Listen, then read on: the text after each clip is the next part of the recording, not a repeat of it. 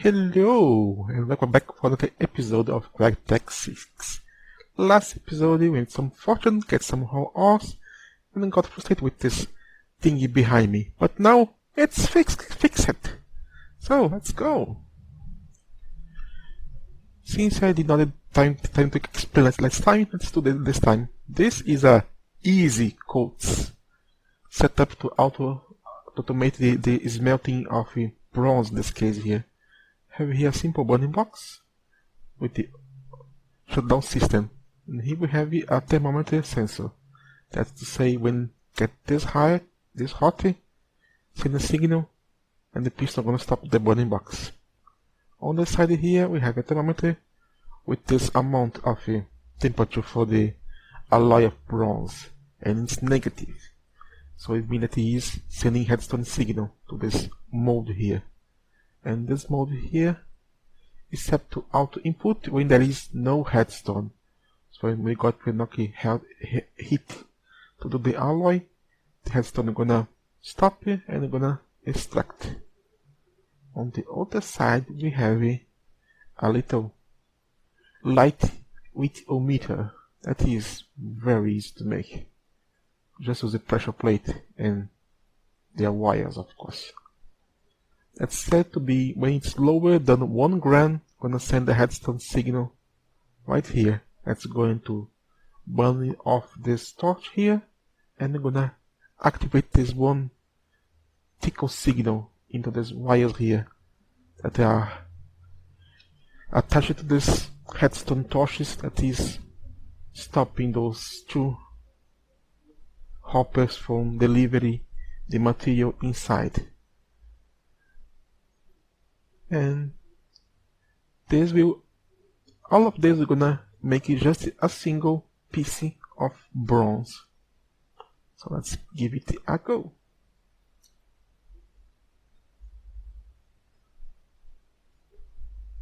There is material inside already because I was experimenting with it. And very soon I'm gonna make the bronze become a plate and go into the chest.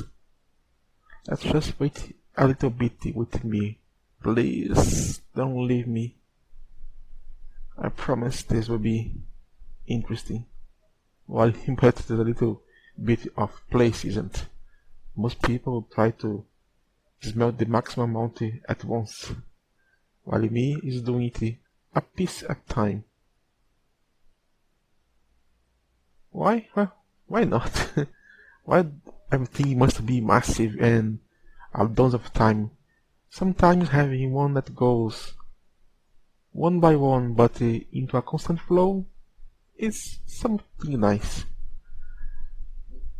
And as you can see, it is going. It's making 2 plates already and is going strong. It gives enough time for it to actually cool down and before the next one comes around. This kind of reminds me of the past, where we were to automate it. You don't have the crossings to extend the crucible, and I have to think in a way to actually be able to extract everything from the crucible before it got too hot and melt down. With the crossings, this system here is not that much necessary as before, but it is something that's exciting to try. Do one by one instead of going a massive amount at once. And it's working. This one is injecting the correct amount of tin into this hopper, and this one the correct amount of copper for one single ingot at a time. What I was doing wrongly before is that because this one is on the headstone signal here, it don't insert or extract items from the chest above it. If you look into the previous episode, the chest was here, so this one here, because the tin require only a little bit, this one here that is the copper was not getting enough material to make one ingot. But if I use another hopper to actually inject into the other hopper, it's gonna work with no problem. And if you are curious about it, tin is about 172 piles of tiny dusty, and this one is exactly the size of a 54 172 piles of copper dust, making a single bronze ingot. And I can do this same setup for any other material like iron and future ones.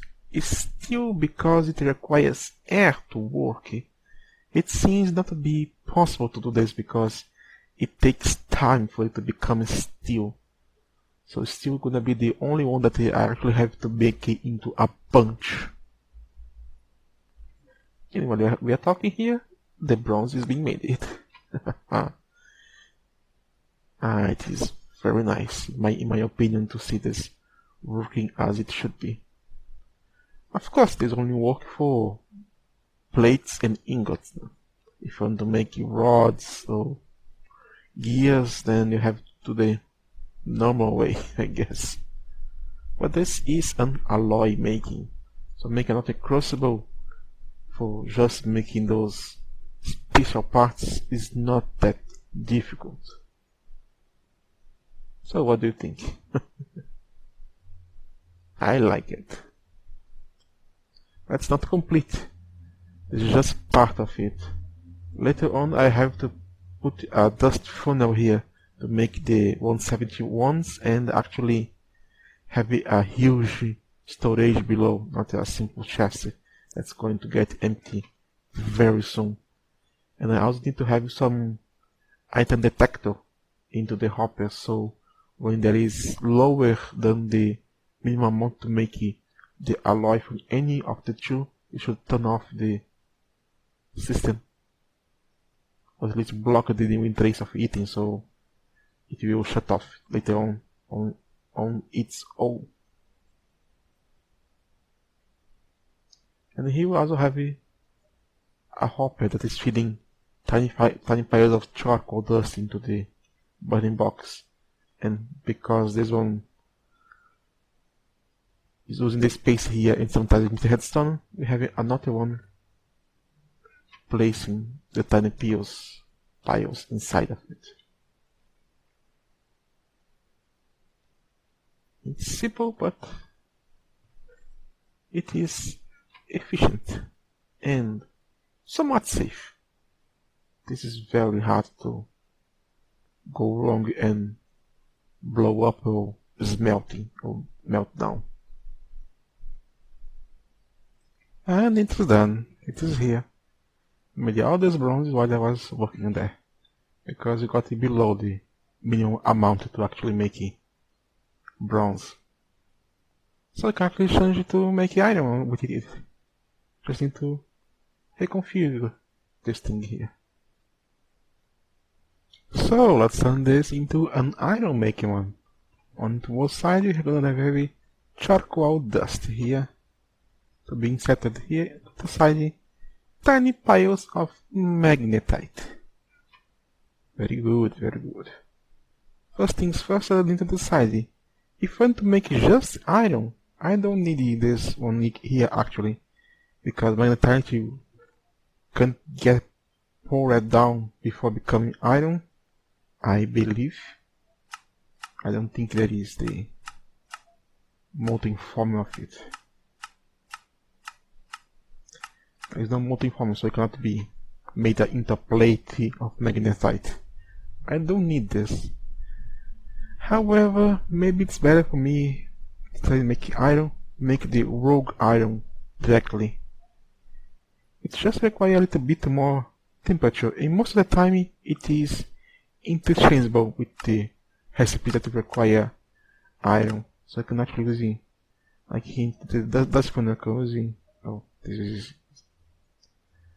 iron plates, rogue plates, steel plates, so it is interchangeable, and I require rogue iron to actually make the steel itself.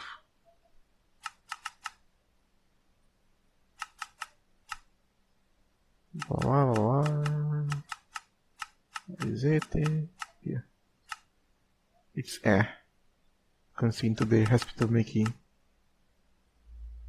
steel that is rogue iron, not iron, and air.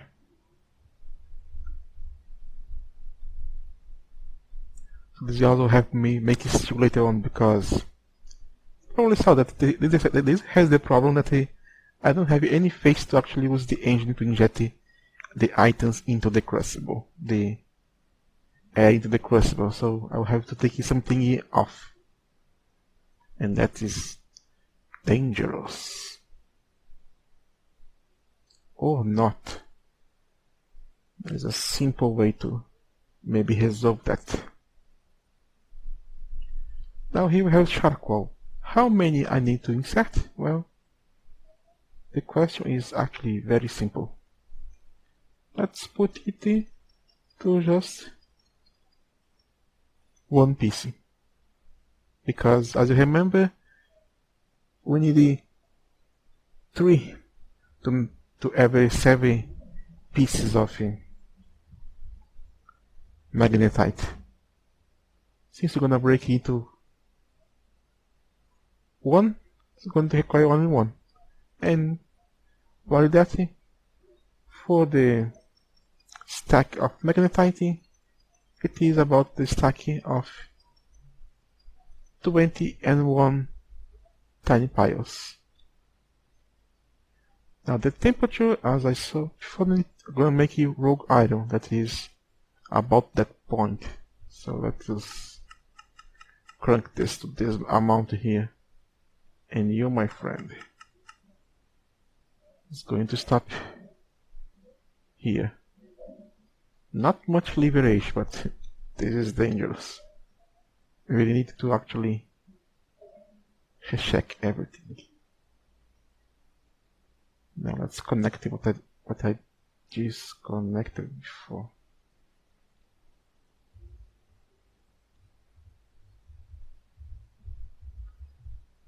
Oh, I missed my cutter. I knew I was forgetting something. Disconnect to reset the system and connect again.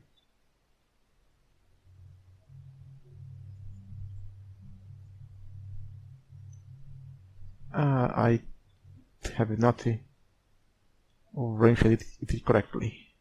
Sorry about that. I forgot to put the hoppers here into safe mode. Face here and face here. Now we are talking.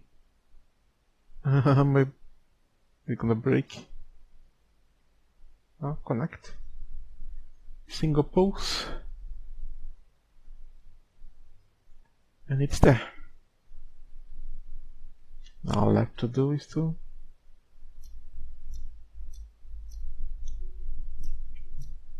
ignite this someday. And now let's wait.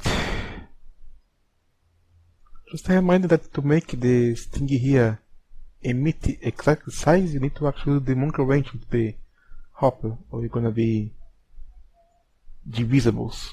And we don't want divisibles, we want precise. If you use divisibles here, it's gonna input every single charcoal, while here it's only going to output the 24 items once before trying to output another 21. It got reducted. Should be. It did not give you enough time. I have to actually increase the time for it to output the iron. And I'm stuck here. Oh, joyous. Joyous adventure.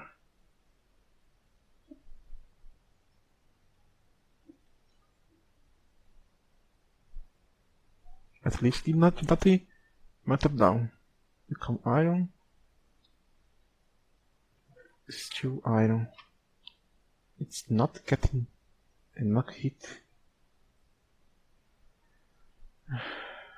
How much I give it. Okay, these are gonna be risky.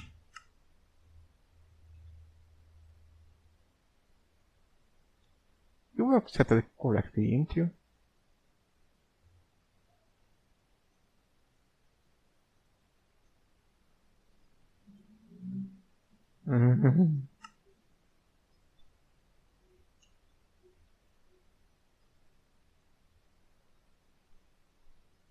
I think I will have to invert this. Maybe. Still making iron.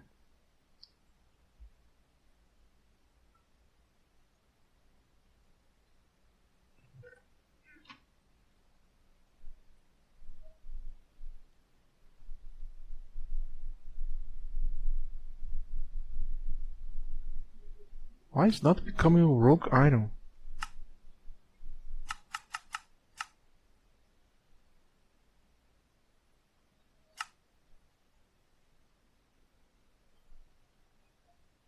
It has been the temperature.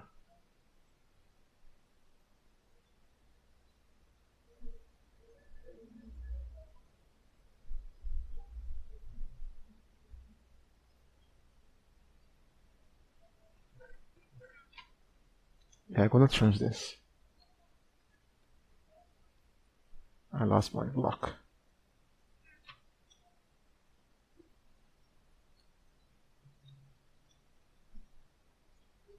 It seems that he inverting it to be when it's above that it's working. But it's making me very anxious that I have to wait it to that mountain to go in there. I'm gonna see if I can diminish a bit because it's making me nervous that it takes so long to do that.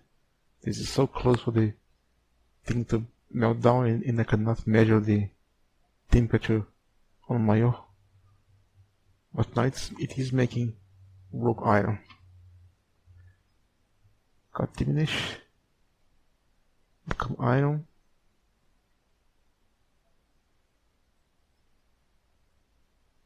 Change color. Maybe now it is going to work. I hope so. Maybe I can diminish to this. With the going up.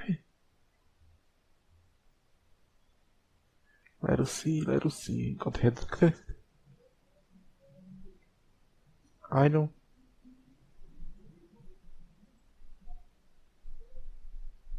Change color. Output it. Did not trigger the out showdown. With this margin I am a little more safe. Because this is only using tiny piles. This gets turned off very quickly. So yeah, now I have an auto rogue iron make. Nice. Very nice. No more iron. Gonna change color. And become rogue iron. I probably can reduce a little bit more. Probably like this.